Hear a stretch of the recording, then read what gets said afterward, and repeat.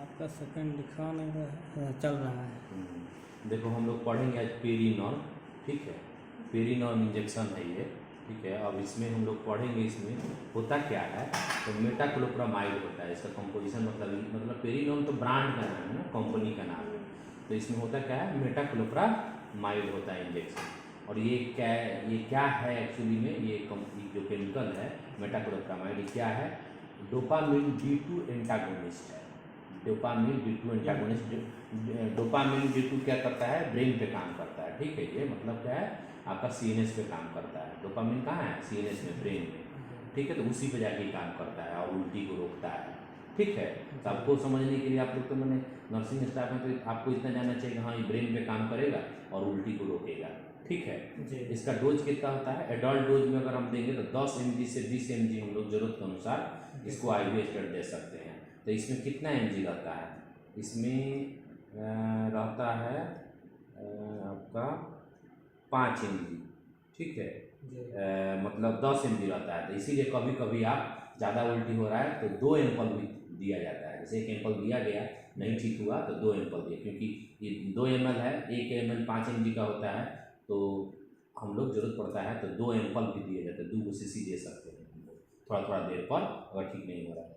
बच्चा में इसका क्या डोज होता है, अगर 6 साल का छोटा है तो उसका वेट के अनुसार होगा 0.1 mg, मतलब 0.1 mg पर kg के हिसाब से। अगर 10 किलो का बच्चा है तो कितना देंगे, 1 mg देंगे।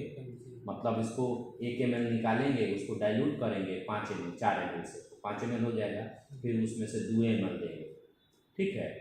तो मैंने कम ही देंगे, डोज के हिसाब से देंगे, अपने वेट के हिसाब से। अगर बच्चा 15 साल से ज़्यादा हो, 6 साल, 15 साल से छोटा हो, 6 साल से बड़ा हो, तो उसको 2.5 mg से 5 mg पर kg के हिसाब से हम लोग दे सकते हैं, ठीक है। मतलब उसको अगर 6 साल से बच्चा बड़ा है तो उसको 1 एम्पल भी दे सकते हो, तो उल्टी हो रहा है तो, ठीक है।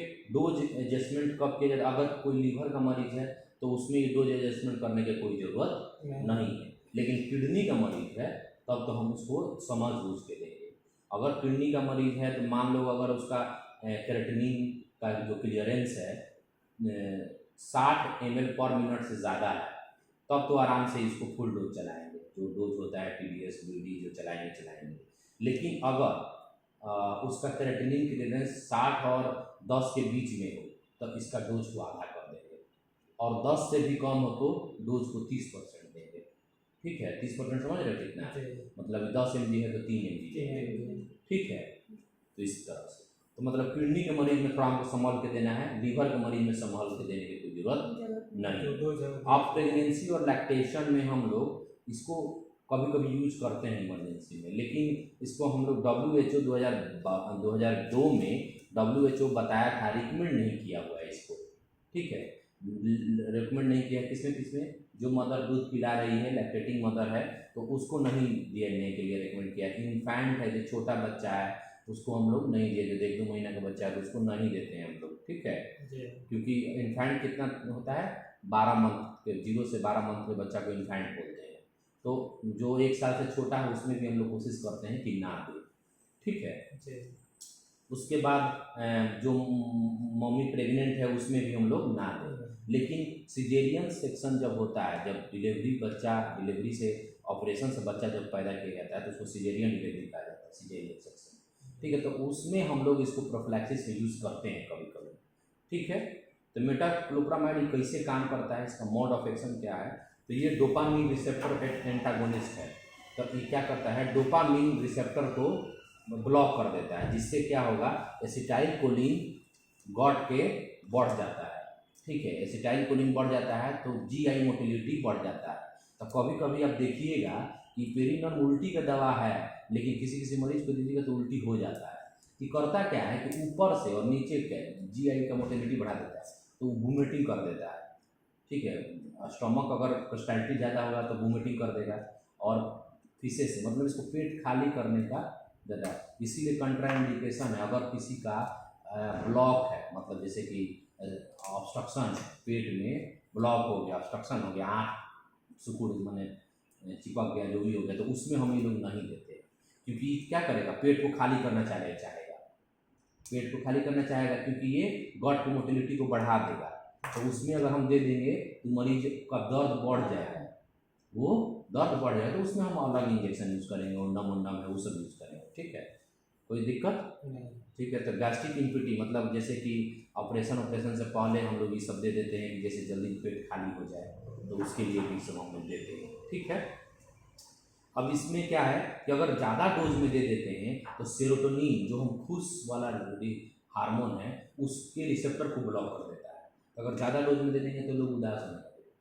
ठीक है, मरीज को दोगे तो ज़्यादा 4 बार चला दो उसको, उदास हो जाएगा, क्योंकि इसका हाई डोज दोगे पेरिनॉम का, उल्टी का दवा है, लेकिन अगर हाई डोज में दे दोगे तो सेरोटोनिन रिसेप्टर को ब्लॉक कर देगा। अब ब्लॉक कर देगा तो मरीज उदास हो जाएगा, कहेगा मेरा कैसा लग रहा है, एकदम डिप्रेशन में चल जाएगा बेचारा, उदास। खुशी वाला हार्मोन को ब्लॉक कर देगा, उदास हो जाएगा, हाँ सैड फीलिंग आने लगेगा उसको। ठीक है, अब है इसका एडवर्स इफेक्ट, कहाँ कहाँ हम लोग नहीं लेंगे। ठीक है, माने जैसे अगर कोई पार्किंसन का बीमारी है पहले से तो उसमें इसको नहीं देते। पार्किंसन जो हाथ पाँव कांपते रहता है बाबा लोग का, तो उसको हम लोग इपेरिनॉल नहीं देते हैं। ठीक है, अगर साइक्लोस्प्रिन एंटी साइकोटिक ड्रग, कोई पागल का दवाई खा रहा है उसको नहीं देते, उसको ये दवाई नहीं देते। ठीक है, पूछा जाता है कि पहले से कोई दवाई खाते हैं, मर जाता है तो हम लोग पूछते हैं, तो इसीलिए पूछते हैं कि अगर वो एंटी पार्किंसन का दवाई खा रहा होगा, ट्रेमर का दवाई खा रहा होगा, ठीक है, अपवाइड्स ले रहा होगा, ठीक है, तो तब हम लोग उसमें ये सब नहीं लेंगे इसको। ठीक है, फियोसाइटोक्रोमा जो अगर किसी को रहेगा तो उसमें भी इसमें नहीं लेंगे। क्या होता है? फियोसाइटोक्रोमा एक बिनाइन न्यूरो एंडोक्राइन ट्यूमर है, एड्रिनल ग्लैंड, किडनी के ऊपर एक ग्लैंड होता है, उसी का अगर ट्यूमर रहेगा तो उसमें भी नहीं लेंगे, उसी को बोलते हैं फियोसाइटोक्रोमा।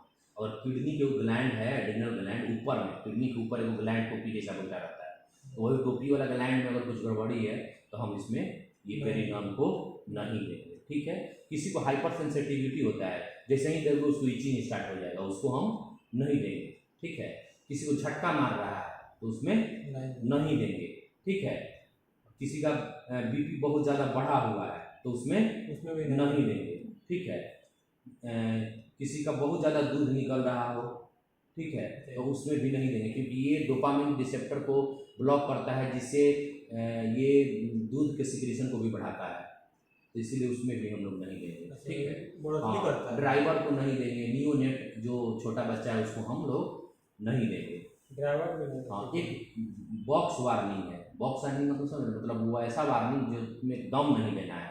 एक होता है टार्वाइड डिस्केनेसिया, टीडी सिंड्रोम बोला जाता है, एक बीमारी है जिसमें बॉडी एबनॉर्मल मूवमेंट करते रहता है, पेशेंट को झटका मारते रहता है, इधर उधर करते रहता है, तो उसमें बेचैनी टाइप में रहे तो उसको नहीं लेते। जिस मरीज का आदमी होता है शांत रहे वो नहीं रहता है, जैसे बाबा आए थे, हाँ बाबा आए थे, तो उसको इसमें पेरिनॉल नहीं देंगे। ठीक है, क्योंकि अगर दे दोगे तो टीडी ना और खराब होगा, मतलब उसका जो टीडी बीमारी है ना,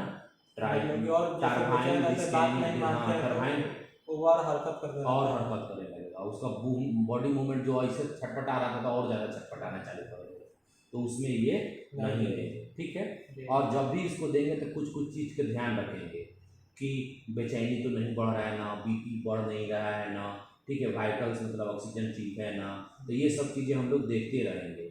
इसका मतलब उसको सलाइवा वाइवा तो ज़्यादा नहीं न गिरने लगा, चाहे सूखने लगा, ये सब चीज़ का ध्यान रखेंगे, मॉनिटर। इसीलिए ये सबको हम लोग जब भी देंगे तो हम मॉनिटर करते रहेंगे, मरीज भर्ती रहेगा तभी देंगे, या कैजुअलिटी में देंगे, घर पे इसको लिख के नहीं दे देंगे। ठीक है, घर पे इसको लिख के इंजेक्शन को नहीं देंगे।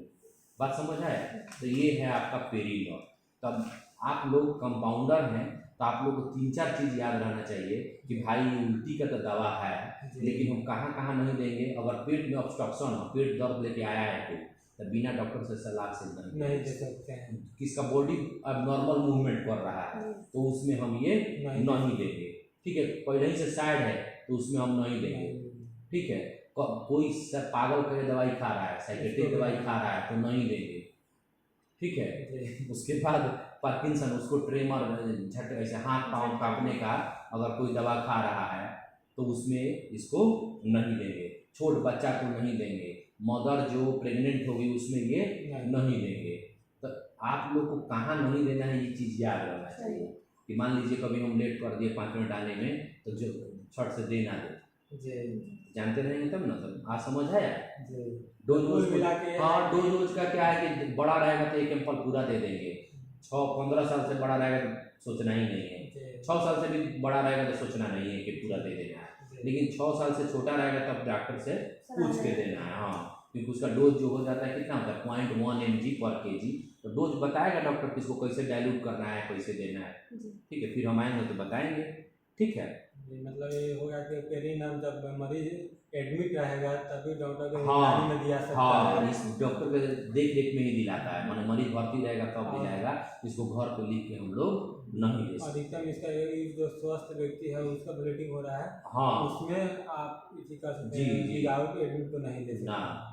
ठीक है। प्रोजेक्टाइल वोमिटिंग है, पेट का कोई दर्द नहीं बता रहा है तो उसमें हम लोग देते हैं। प्रोजेक्टाइल वोमिटिंग मतलब ट्रैवलिंग डायरिया में होता है, मतलब दूर फेंकेगा ना, वोमिटिंग दूर तक फेंकेगा, तो प्रोजेक्टाइल वोमिटिंग में हम लोग उसको देते हैं, ठीक है। तो ये देखना होगा कि उसका फूड पॉइजनिंग हुआ है कि ऑब्स्ट्रक्शन हुआ है।